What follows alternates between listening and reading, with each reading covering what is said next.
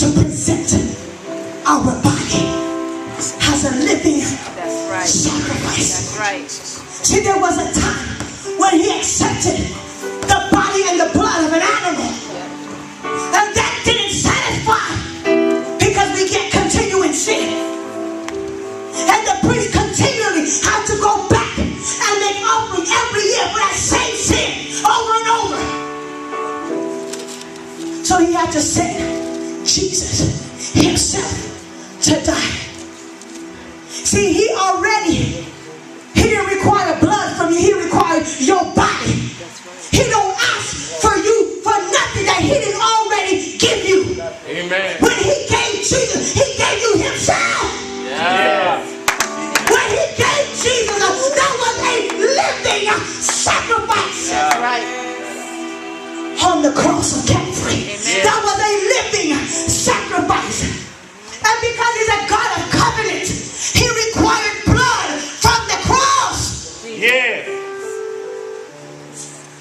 Pastor taught that when there's a true covenant, blood is required. And so he required the blood from the Holy Lamb. Amen.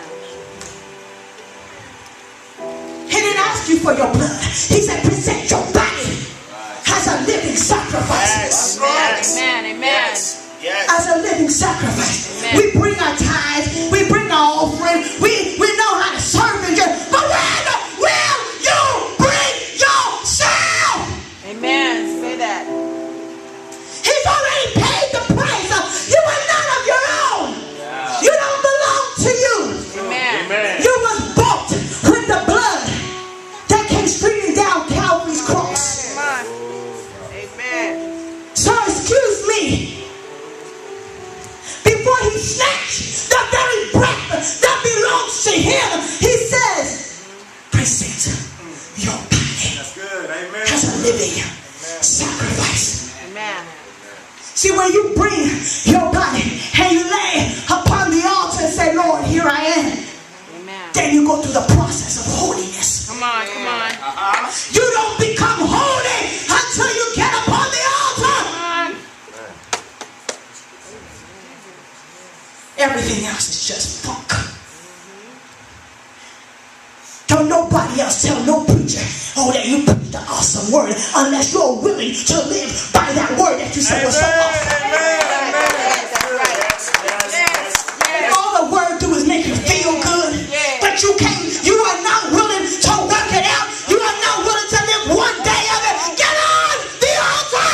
That's right. And stay on the altar. Yeah. Oftentimes, put like 3 chairs for me right here.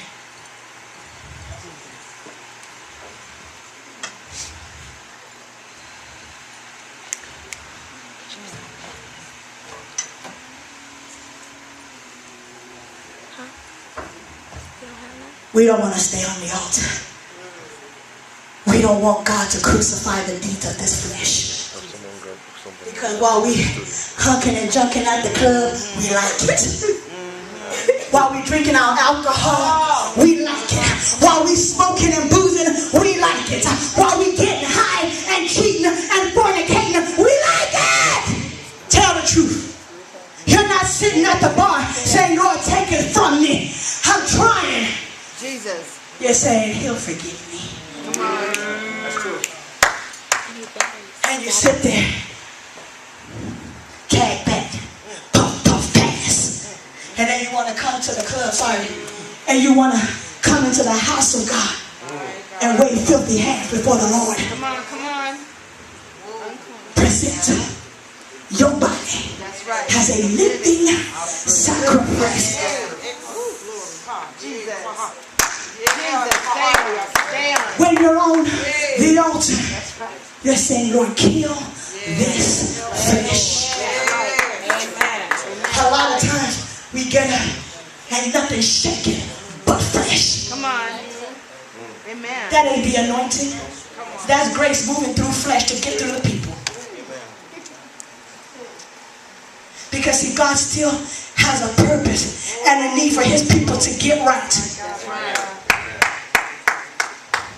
So God will have to do something. But he said he wants a living sacrifice.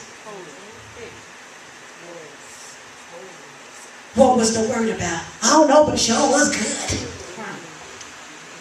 If all the word does is excite you, but it doesn't ignite you, you wet wood.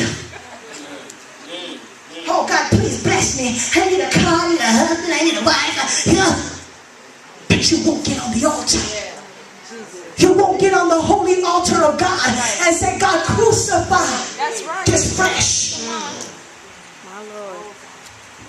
Holy and acceptable. Acceptable. Do you know there's an offering that was acceptable and an offering that was unacceptable? Yes. Do you remember the story of Cain and Abel? Yes. One brother said, I just give these little rotten tomatoes. The other one said, I'm going to give the best that I have. Yeah. Jesus. Let me tell you, the best that you have is you. Yeah. Amen. How come we preach it, pastor?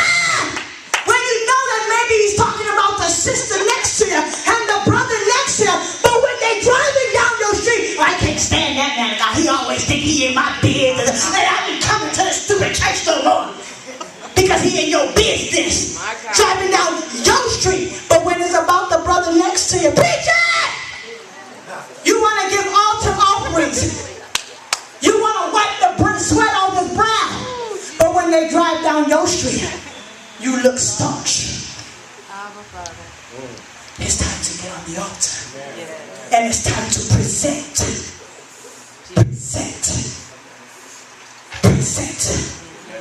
yourself as a living sacrifice. Holy. He's not taking nothing that is filthy. See, you bring yourself in filth to say, crucify this flesh. Here I am, God, I'm a messed up mess. 2 scriptures down from that, it said, don't think more highly of yourself than you ought. That's it. Read it for me. Romans 12:1. I beseech you therefore, brethren, by the mercies of God, that ye present your bodies a living sacrifice, holy, acceptable unto God, which is your reasonable sacrifice. And be not conformed to this world, but be ye transformed by the renewing of your mind, that ye may prove what is that good and acceptable and perfect will of God. For I say, through the grace given unto me, to every man that is among you, not to think of himself more highly than he ought to think. Amen. Amen. While you're thinking that you're so excellent and that you're so righteous, you ain't nothing but self-righteous. You need to be on the altar. When you can gossip about your brother and your sister, that means you need to be on the altar. I dare you, somebody, the next time somebody comes to gossip, not to encourage, not to edify, and they start gossiping. I can't believe she like that. I dare you to say, get on the altar and become a sacrifice. Because while you pointing out all his flaws, all her flaws, don't you know we see yours? Don't you know we see yours? But just like God has grace and mercy for you, he has grace and mercy for the next one. But you walk in sanctified, and so you thought. It's time. It's time. No more junk in the church. The world can't tell the difference. Come on. What's the difference? We talk the same, we act the same. We look just like the world because we are conforming to the world. Versus when you show up, there should be a difference.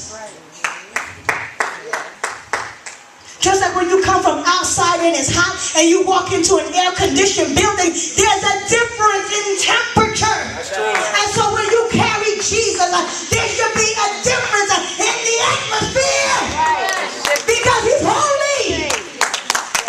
That's right. If you're walking holy, don't you know you can walk into the club and let the DJ get confused on his mix? Now come on.